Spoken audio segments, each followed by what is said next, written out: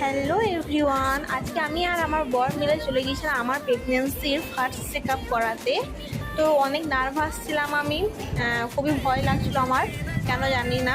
তো তারপরে এখানে আমাকে অ্যাক্সিডেন্ট কি রক্ত নিয়ে নিল টেস্ট করার জন্য। আজকে রিপোর্ট দেয়নি, কালকে রিপোর্ট দেবে। তারপর আমার বর আমাকে একটু দুর্গাপুর থেকে ঘোরালো। এটা হচ্ছে দুর্গাপুরের সিনেমা হল।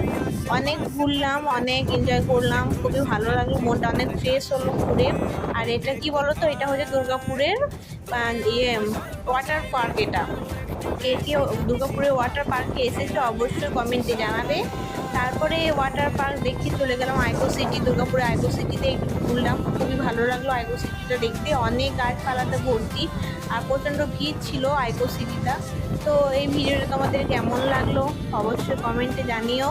ভালো লাগলে একটা লাইক করে দিও, চ্যানেলটাকে সাবস্ক্রাইব করে দিয়ে পাশে থেকো। টাটা।